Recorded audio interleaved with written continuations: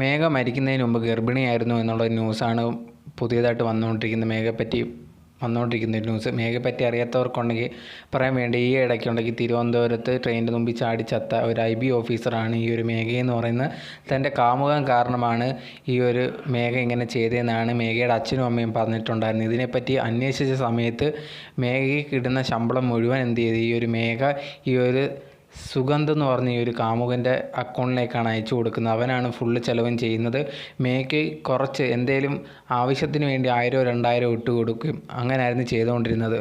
ഇതിൻ്റെ ഇടയിലാണ് ഇപ്പം എന്ത് ചെയ്യുന്നത്, മേഘയെപ്പറ്റി അന്വേഷിച്ച സമയത്ത് എന്തൊക്കെയാണ് കാരണങ്ങളെന്ന് അറിഞ്ഞ സമയത്താണ് വീട്ടുകാർ പറയുന്നത് മേഘ ഇതേ കണക്ക് പ്രഗ്നൻ്റ് ആയിരുന്നു, അടുത്തുള്ള ആശുപത്രിയിൽ കൊണ്ടുപോയിട്ട് ഇതേ കണക്ക് അബോർഷൻ്റെ കാര്യങ്ങളൊക്കെ ചെയ്തിരുന്നു. അതിന് ശേഷമാണ് ഇതേ കണക്ക് ആത്മഹത്യയ്ക്ക് ശ്രമിച്ചത്. ഇത് വീട്ടുകാരുടെ അടുത്തൊന്നും തന്നെ പറഞ്ഞിട്ടില്ലായിരുന്നു, മറച്ചു വെച്ചിട്ടുണ്ടായിരുന്നു. അങ്ങനെ ഇരിക്കുന്ന സമയത്താണ് എന്ത് ചെയ്യുന്നത്, വീട്ടുകാർക്ക് റൂമിൽ നിന്ന് ഒരു ഒരു റെസിപ്റ്റ് പോലത്തെ അത് കിട്ടുന്ന, അതിൽ കുറേ ഗുളികയും കാര്യങ്ങളൊക്കെ കണ്ടിട്ടുണ്ടായിരുന്നു. ഇത് ഡോക്ടറിൻ്റെ അടുത്തൊക്കെ പോയി ചെക്ക് ചെയ്ത സമയത്താണ് ഇതിനു വേണ്ടി കഴിക്കുന്നതാണ് എന്ന് മനസ്സിലാവുന്നത്.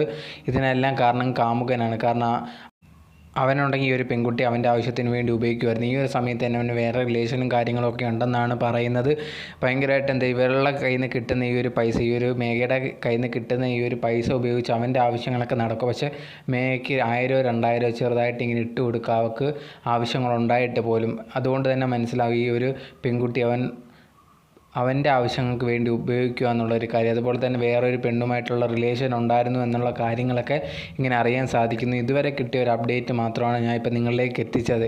ഇനി ഇതിൽ നിന്ന് ഫുള്ളായിട്ട് ഇനിയും കാര്യങ്ങൾ അറിയാനുണ്ട്. എന്തൊക്കെ ഈ ഒരു പെൺകുട്ടിയോട് അവൻ ചെയ്തു എന്നുള്ളൊരു കാര്യം അതിനി ഓരോ ദിവസങ്ങളിലേ അറിയാൻ പറ്റത്തുള്ളൂ. നിങ്ങൾ എന്താണ് ഇതിനെപ്പറ്റി ചിന്തിക്കുന്നത് എന്നുള്ളത് കമൻറ്റ് ബോക്സിൽ കമൻറ്റായിട്ട് രേഖപ്പെടുത്തുക.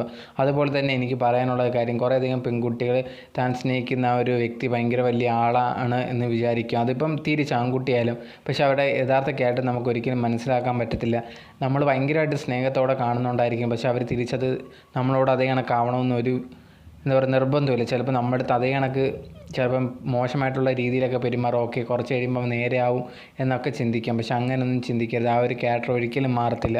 അങ്ങനെ ഒരു റിലേഷനിലാണ് നിങ്ങൾ അതിൽ നിന്ന് മാറുന്നതാണ് ബെറ്റർ എന്നുള്ളത് മെയിനായിട്ടുള്ളൊരു കാര്യം. ഇല്ലെങ്കിൽ നിങ്ങളുടെ ജീവിതം തന്നെ ഭയങ്കരമായിട്ട് നശിച്ചു പോകാനുള്ള ചാൻസ് ഉണ്ട്. ഇതെല്ലാവരും ഓർത്ത് വെക്കുക, അത് ആണായാലും പെണ്ണായാലും.